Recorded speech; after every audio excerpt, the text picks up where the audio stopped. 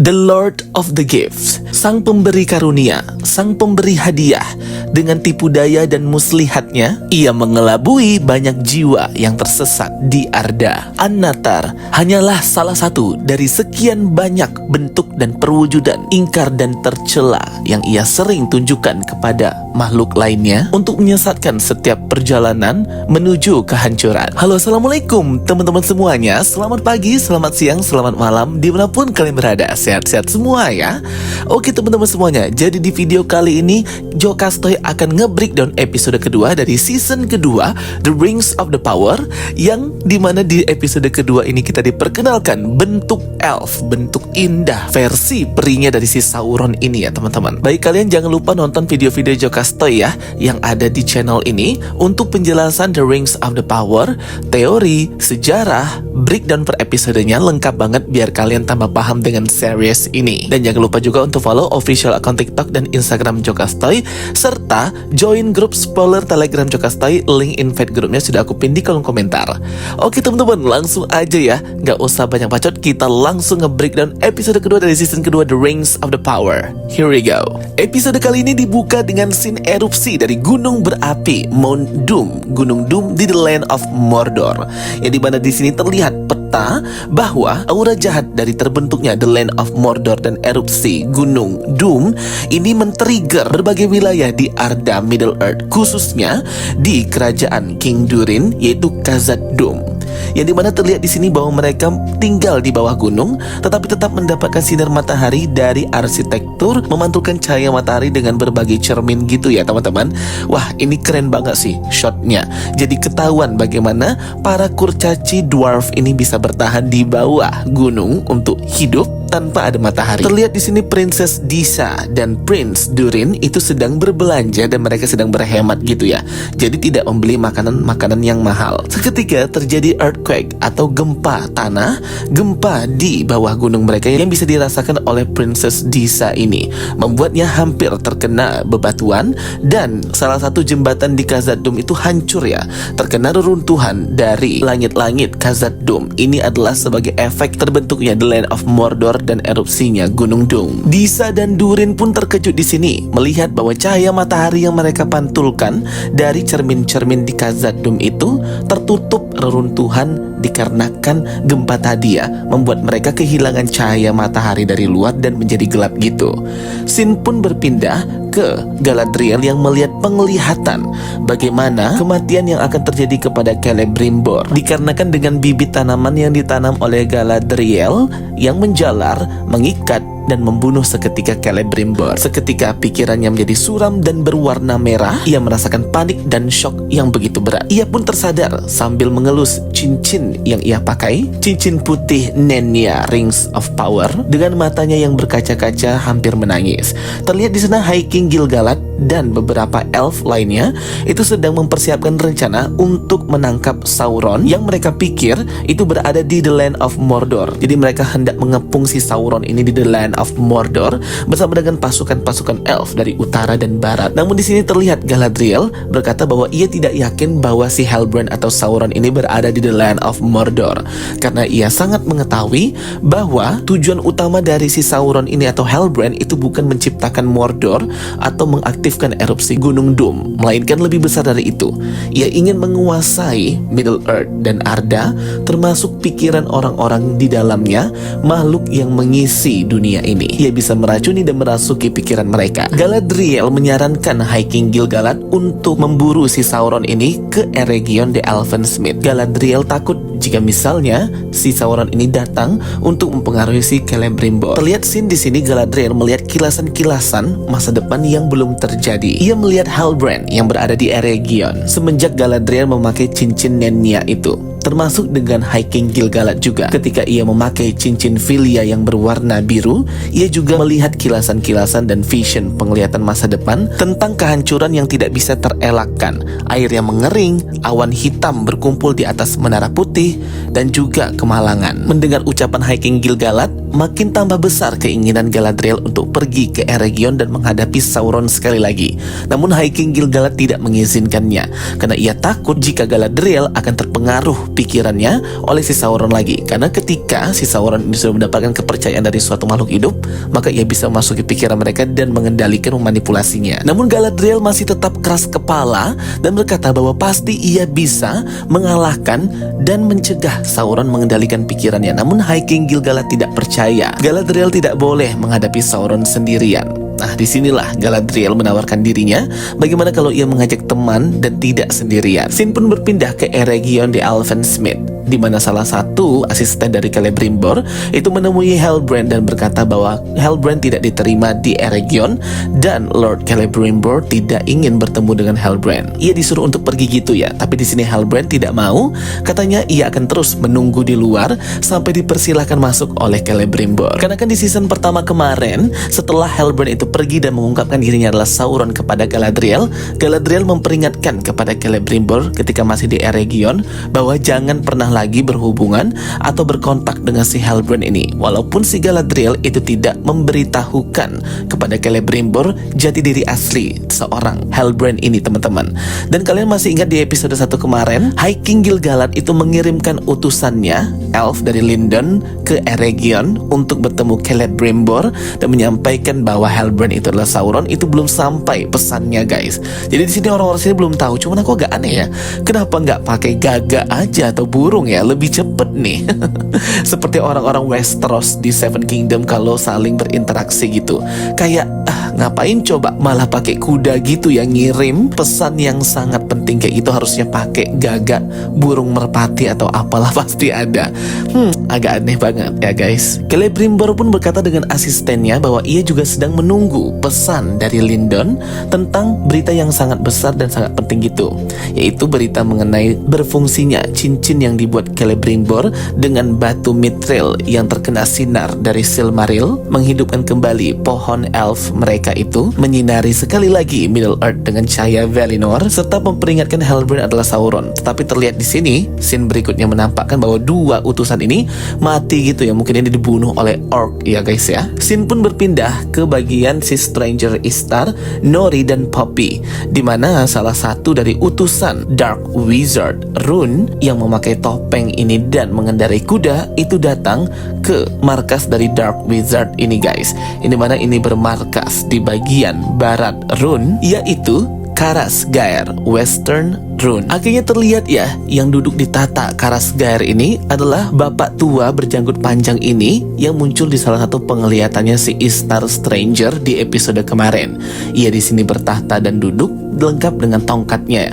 Kemungkinan ya dia ini adalah salah satu Blue Wizard yang menyimpang, teman-teman, yaitu si Alatar dan Palando. Sedangkan yang di Stranger tadi adalah salah satunya, teman-teman. Jadi aku kayak berteori aja nih, mungkin aja Blue Wizard itu ialah dua orang ini, Alatar dan Palando, yang harusnya seorang Istar atau penyihir membantu mengalahkan Sauron di Second Age, bukan Gandalf ya, teman-teman. Karena Gandalf itu dikirim di Third Age atau era ketiga di zaman eranya The Lord of the Rings movie itu, guys. Kenapa aku bisa ngomong kalau mereka berdua ini adalah The Blue Wizard seperti di novel Alatar dan Palando? Karena kalau cerita di novelnya kan dua Blue Wizard ini dikirim, satunya ke barat west dan yang satunya ke utara east.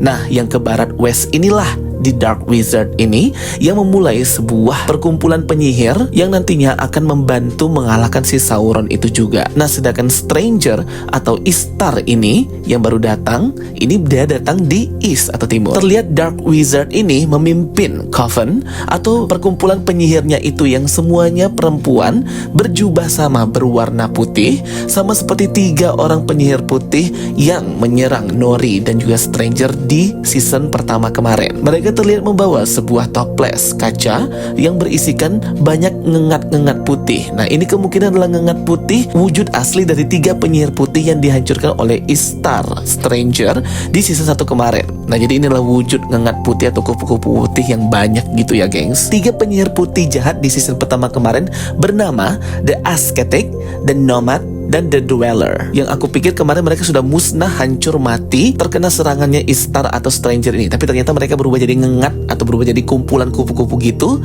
dan masih bisa dibawa hidup kembali oleh si Dark Wizard ini, yaitu si The Ascetic yang paling hebat kekuatannya, atau yang botak kepalanya itu ya guys ya. Dark Wizard pun menggunakan kekuatan sihirnya untuk mengumpulkan kembali hewan-hewan ngengat kupu-kupu ini dan membawa kembali, menghidupkan kembali salah satu penyihir putih The Ascetic itu menggunakan darah segar dari penyihir lain. Dark Wizard di sini pun berkata kenapa bisa si The Ascetic penyihir putih ini gagal untuk menangkap Ishtar atau The Stranger itu. Ia berkata bahwa si Stranger itu masih lemah, namun mereka harus bergerak cepat. Takut kalau nanti dia bisa mengendalikan kekuatannya dan mengetahui potensi sihir dan kekuatan besar dalam dirinya. Dark Wizard juga bertanya bagaimana perkembangan Sauron yang ternyata sudah mendapatkan wujud aslinya yang lain lagi, yaitu Anatar itu teman-teman, serta perkembangan Stranger atau Ishtar yang ternyata berkelana dengan dua Harfoot yang selama ini sudah mereka mata-matai dengan salah satu tracking mereka. Tracker itu pun datang dan menjanjikan kepada Dark Wizard bahwa bisa menangkap dan menculik si Ishtar tersebut karena mereka akan membunuh dan mengancam dua Harfoot teman yang ia bawa dalam perjalanan dan misinya ke Rune ini guys, dengan imbalan bahwa Dark Wizard akan mengambil kutukan yang berada pada diri para tracker ini yang memakai mask atau topeng ini guys. Dark Wizard pun menyetujui perjanjian yang ditawarkan dan menunggu mereka untuk menangkap si Ishtar tersebut. Poppy, Nori, dan Stranger pun melanjutkan perjalanan mereka. Di sini mereka masih tetap kebingungan dalam mencari perjalanan ini karena memang sebegitu luasnya daratan dan wilayah Rune. Poppy menyarankan untuk memotong jalan, tapi itu adalah jalan yang sangat tandus tanpa ada air maupun tanaman. Mereka pun berhenti sejenak untuk makan. Poppy bingung kenapa Ishtar Stranger ini tidak mau menggunakan kekuatan sihirnya. Namun Nori berkata bahwa dia belum bisa mengendalikan kekuatannya dan juga tidak ada tongkat. Jadi si Ishtar ini butuh tongkat, bukan tongkat biasa saja, namun memang tongkat yang bisa menyalurkan kekuatannya dan mengembangkan potensi energi dalam diri si Stranger itu. Tiba-tiba mereka dikejutkan dengan suara angin tapak kuda dari para tracker itu yang berusaha untuk mengejar mereka. Kali ini gak sendirian, banyak ya teman-teman. Segera mereka bersembunyi guys, baik si Harfoot, Nori, dan juga Poppy serta si Stranger ini menjauh dari para tracker yang hendak memburu dan membunuh mereka. Dirasa sudah tidak aman dan sudah gawat, mereka pun mengambil jalan yang lebih singkat namun tandus, tidak ada makanan serta minuman itu. Takut mereka di tracking lagi ya oleh para pembunuh itu. Akhirnya mereka melanjutkan perjalanan. Scene pun berpindah ke Khazad-dûm, di mana di sini King Durin ketiga mengumpulkan beberapa orang-orangnya termasuk Princess Disha itu sendiri untuk memberitahukan rencana selanjutnya seperti apa nih. Mereka kehilangan cahaya, tanaman pun banyak yang layu dan gagal panen karena tidak terkena sinar matahari yang mumpuni. Kurcaci bernama Navi ini memberitahukan informasi kepada King Durin dalam pertemuan ini bahwa aktifnya kembali Mondum dan erupsinya itu mengakibatkan gempa di bawah tanah dan masuk ke bumi, membuat getaran di Khazad-dûm dan meruntuhkan poros matahari mereka. Mereka pun sudah menggali begitu jauh namun masih tetap tidak mendapatkan cahaya matahari, mengganggu dalam percocokan tanaman gitu. Tim penggali yang baru harus dibentuk untuk menemukan poros matahari yang baru dan terus menggali lagi agar mereka bisa mendapatkan cahaya matahari. Disha pun menyarankan untuk menggunakan nyanyian bersama dengan teman-temannya mendapatkan kembali cahaya dari matahari untuk menyinari Khazad-dûm. Disha pun mulai bernyanyi bersama dengan dua kurcaci wanita lainnya, mengharmonisasikan suara mereka yang menggema di seluruh wilayah dan tempat di Khazad-dûm. Namun bukannya malah membuka jalan maupun cahaya yang baru, reruntuhan itu pun malah tambah menutupi ya teman-teman cahaya yang datang dan menghancurkan lebih banyak poros matahari. Dan hal ini berarti sudah tidak bisa lagi ditolerir. Gunung-gunung pun tidak mau mendengar nyanyian para kurcaci. Jadi gagal ya lagi usaha untuk berkomunikasi dengan gunung di Khazad-dûm ini.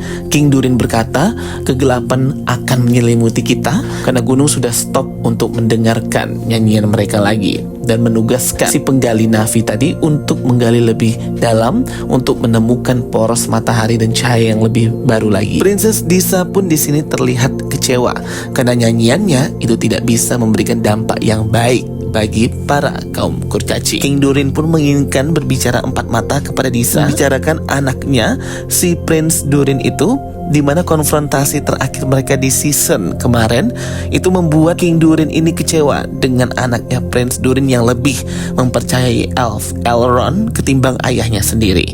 Salah satu dari mereka gak ada yang mau minta maaf karena sifat dari dwarf atau kurcaci itu yang keras kepala dan memang pride-nya tinggi banget ya guys. Disa pun berkata bahwa semua ini, kekacauan dan kegelapan yang akan menyelimuti ini gak lepas dari seorang raja yang juga menutup kuping dan mata dari kesedihan putranya itu sendiri, membuat si King Durin pun menjadi kesal juga ya gengs. Disa berkata kepada raja, panggil putramu, ia pasti akan datang, tetapi untuk menunggunya minta maaf hingga puncak gunung meleleh pun tidak akan pernah ia lakukan karena saking keras kepalanya kurcaci ya, sifat alami mereka.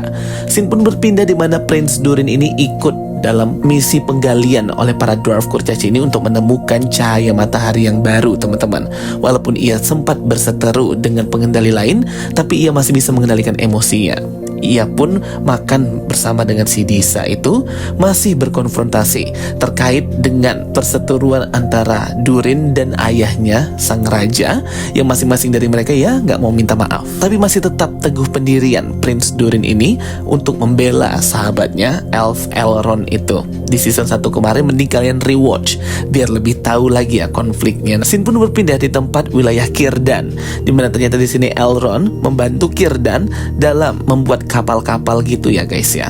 Galadriel datang untuk meminta Elrond menemaninya dalam misi mengalahkan Sauron di Eregion. Karena si Galadriel ini harus ada teman untuk ikut, gak boleh sendirian seperti syaratnya High King Gil-galad.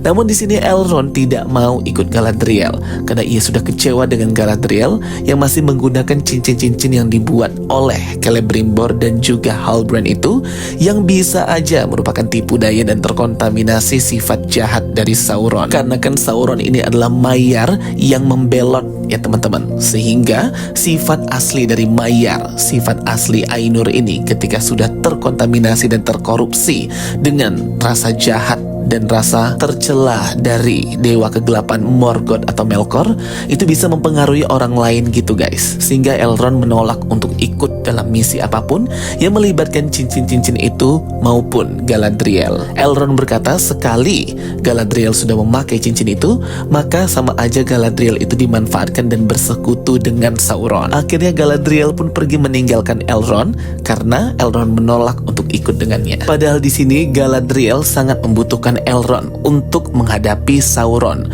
karena si Galadriel ini takut jika hati dan pikirannya itu bisa terkendali lagi oleh si Sauron atau Halbrand atau An-Natar itu ya guys. Di season 1 kemarin hampir aja tuh Galadriel kayaknya jatuh cinta ya dia sama si Halbrand, tapi setelah mengetahui ya Sauron langsung terkejut dia. Selepas Galadriel pergi, Elrond pun bertemu dengan Master Círdan yang terlihat sedang mencukur janggut brewoknya itu guys, menggunakan sabun gitu ya.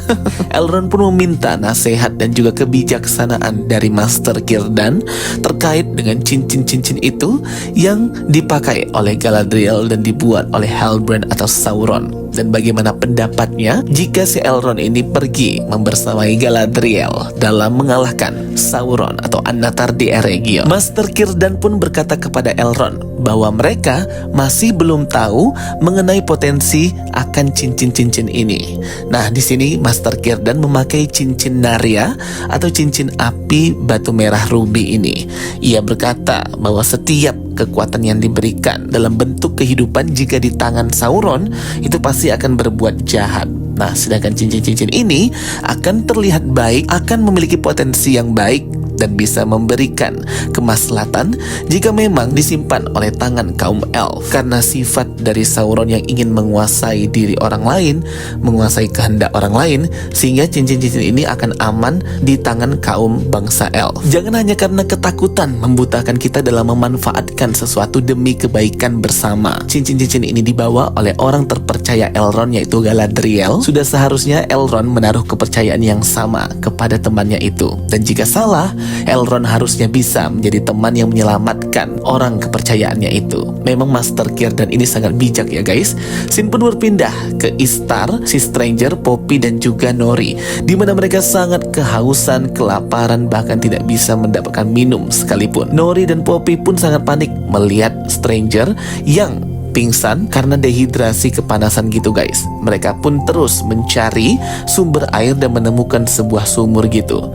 Mereka langsung mengambil banyak air 1 gentong untuk diberikan kepada si Stranger atau Istar agar ia tidak mati ya teman-teman. Bisa berabe gawat nih kalau mati si Stranger ini. Akhirnya setelah diberikan minuman, Stranger ini pun bangkit kembali dan siuman. Ia pun mengambil sebuah tongkat yang seperti berbentuk dalam penglihatannya beberapa waktu yang lalu.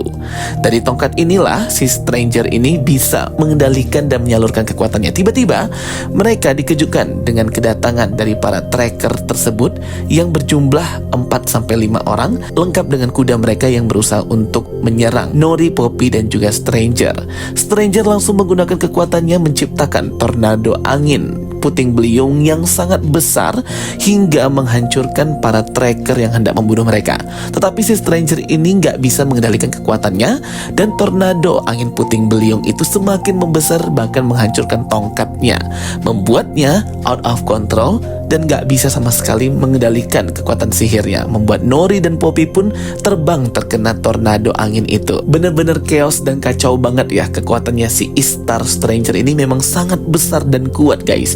Apalagi dia belum bisa mengendalikan kekuatannya, sehingga kadang ia melukai orang-orang yang ia cintai dan hendak ia lindungi. Kembali ke Eregion the Elfensmith, hingga malam hari ternyata Celebrimbor masih bekerja membuat Ithildin, sebuah batu yang bercahaya jika terkena bulan. Ini terkontaminasi dengan batu mithril terakhir, sisa dari pembuatan 3 cincin elf itu, membuat asistennya juga terkesima karena hanya bisa terlihat jika terkena sinar rembulan pada malam hari. Celebrimbor pun melihat Halbrand yang masih menunggunya di luar, dan terlihat langit pun menjadi hitam, badai hujan pun akan turun. Nah, ini tuh adalah scene dari penglihatan yang sama yang dilihat oleh Galadriel sesaat sebelumnya gitu ya. Jadi memang si Galadriel ini selepas ia memakai cincin dari yang dibuat si Halbrand, ia kayak terkoneksi gitulah dengan vision dan penglihatan. Terlihat di sini mukanya Halbrand mengerikan banget ya teman-teman. Ketika hujan lebat, Celebrimbor pun datang melihat si Halbrand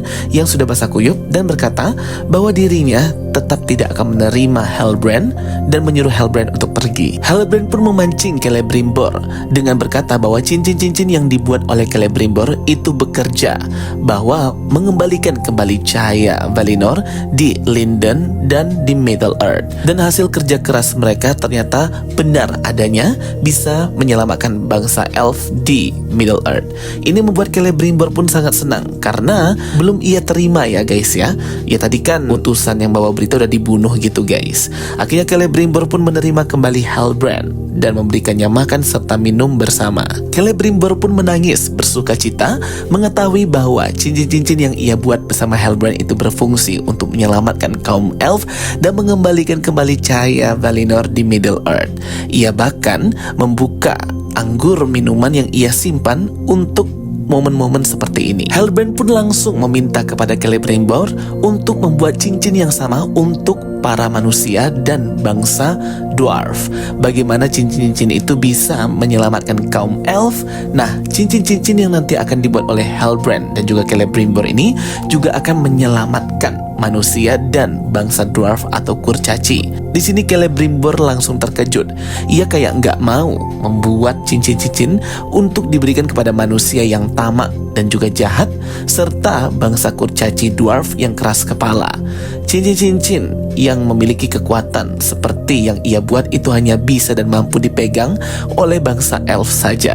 Namun di sini Halbrand masih terus membujuk ya si Celebrimbor ini. Sampai akhirnya Halbrand pun memutuskan untuk mengungkapkan jati dirinya. Halbrand pun berkata Celebrimbor belum mengetahui siapa dirinya sesungguhnya. Di sini Celebrimbor pun bingung apa maksudnya. Nah, di sini Halbrand atau Sauron keluar sifat natural aslinya yang suka memutarbalikkan fakta dan memutar lidahnya gitu ya, untuk menguasai memanipulasi pikiran orang lain. Halbrand berkata bahwa dirinya ini adalah utusan yang diutus untuk sebuah tujuan yang maha besar. Halbrand berkata kepada Celebrimbor bahwa Halbrand itu bukan nama aslinya. Ia merupakan orang lain. Ini bukanlah gambaran tentang dirinya. Membuat si Celebrimbor ini makin penasaran dengan jati diri sesungguhnya dari si Halbrand. Halbrand pun kayak nakut-nakutin Celebrimbor bahwa kehancuran akan datang dan juga kebinasaan bagi kaum elf, dwarf, dan juga manusia itu sudah akan ada di depan mata. Dan cincin-cincin yang nantinya akan dibuat Celebrimbor inilah yang pastinya akan menjadi penyelamat dan juga bisa mengalahkan kegelapan yang semakin kuat. Cincin-cincin kekuasaan, the rings of power, adalah solusinya. Begitulah apa yang dikatakan Halbrand kepada Celebrimbor ini ya, membuat ia berpikir ulang gitu guys. Karena cincin-cincin yang dibuat inilah harapan terakhir untuk mengembalikan cahaya di dunia. Tapi Celebrimbor ini masih menolak ya. Jadi ia tidak mau mengikuti apa yang dikatakan oleh Bran, dan dia nggak percaya bahwa si Halbrand adalah utusan dari para Valar, dewa-dewi Valar. Hujan lebat dan badai terjadi malam itu, membuat pintu balkon Celebrimbor pun terbuka terkena angin. Ia langsung segera menutupnya. Tiba-tiba si Halbrand menghilang. Di sini ia bingung Halbrand menghilang kemana. Lampu semua di ruangannya pun seketika padam dan mati gitu guys. Tetapi bara api di tempat penempaan pandai besinya tiba-tiba berkobar gitu guys. Dan terlihat banyak asap yang keluar dari sana dan cahaya yang sangat terang menderang dan api besar yang menyala-nyala. Keluar dari sana ialah si Halbrand dengan wujud barunya yang lebih indah dan mirip banget dengan bangsa peri, serta dengan rambut panjang berwarna emas dan juga pointy ears atau kuping runcingnya itu. Bener-bener di sini sinematiknya bagus banget ya teman-teman. Halbrand pun terlahir kembali dengan wujud yang lebih indah, jadi seperti juru selamat gitu ya. Kalian bisa lihat ya, sinematik banget ini scene-nya. Di belakangnya ada cahaya matahari serta gumpalan awan dan juga asap. Celebrimbor langsung seperti terkesima gitu. Transformasi Halbrand menjadi Annatar. Annatar berkata bahwa badai akan datang. Sudah saatnya dirinya dan Celebrimbor membuat cincin itu. Annatar menamai Celebrimbor dan menghormatinya sebagai The Lord of the Rings atau sang penguasa cincin-cincin. Karena kan memang Celebrimbor lah yang menempa dan membuat 19 cincin. 3 cincin untuk bangsa peri, 9 cincin untuk bangsa manusia, dan 7 cincin untuk bangsa kurcaci. Celebrimbor pun raut wajahnya berubah menjadi sangat terkesima dan mengagumi keindahan dari Annatar ini. Ia memperkenalkan dirinya The Lord of Gifts atau sang penguasa pemberi anugerah dan karunia. Celebrimbor pun memanggilnya Annatar The Lord of Gifts. Benar-benar ya, di sini penampakannya si Halbrand sebagai Annatar benar-benar kayak beda banget ya teman-teman. Tapi sih tetap nggak bisa ya mengalahkan keindahan dari King Elf. Akhirnya Celebrimbor pun menyetujui apa yang diinginkan oleh Annatar, yaitu menempa cincin-cincin lainnya untuk para bangsa manusia dan bangsa kurcaci. Jadi memang penempaan cincin-cincin itu kayak nggak selama itu sih.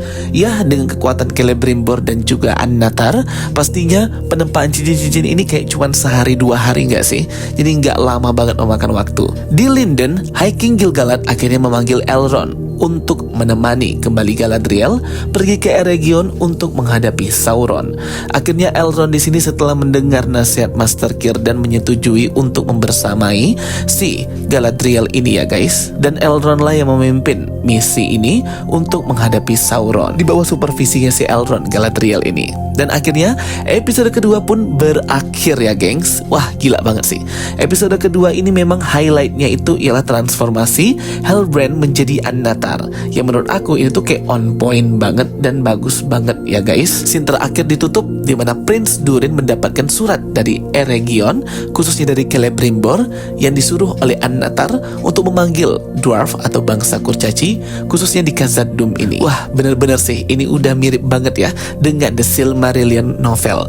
Jadi memang season kedua ini lebih bagus ya teman-teman. Dari mulai tata bahasanya, dialognya, serta writingnya itu keren lah daripada dialog season pertama yang agak jelek dan kurang indah kalimat percakapan antar tokohnya gitu ya. Nah, sedangkan di season 2 ini udah lebih better dan bagus. Pantesan ratingnya itu tinggi di Rotten Tomatoes, beda dengan pendahulunya season pertama. Oke teman-teman semuanya, jadi itu ya breakdown dan review dari Jokastoy. Mohon maaf kalau ada salah-salah, dan kalau ada masukan dan pertanyaan boleh banget komen di kolom komentar, kita diskusi bareng. Thank you for watching my videos. Don't forget to like and subscribe. Bye bye and see you next time.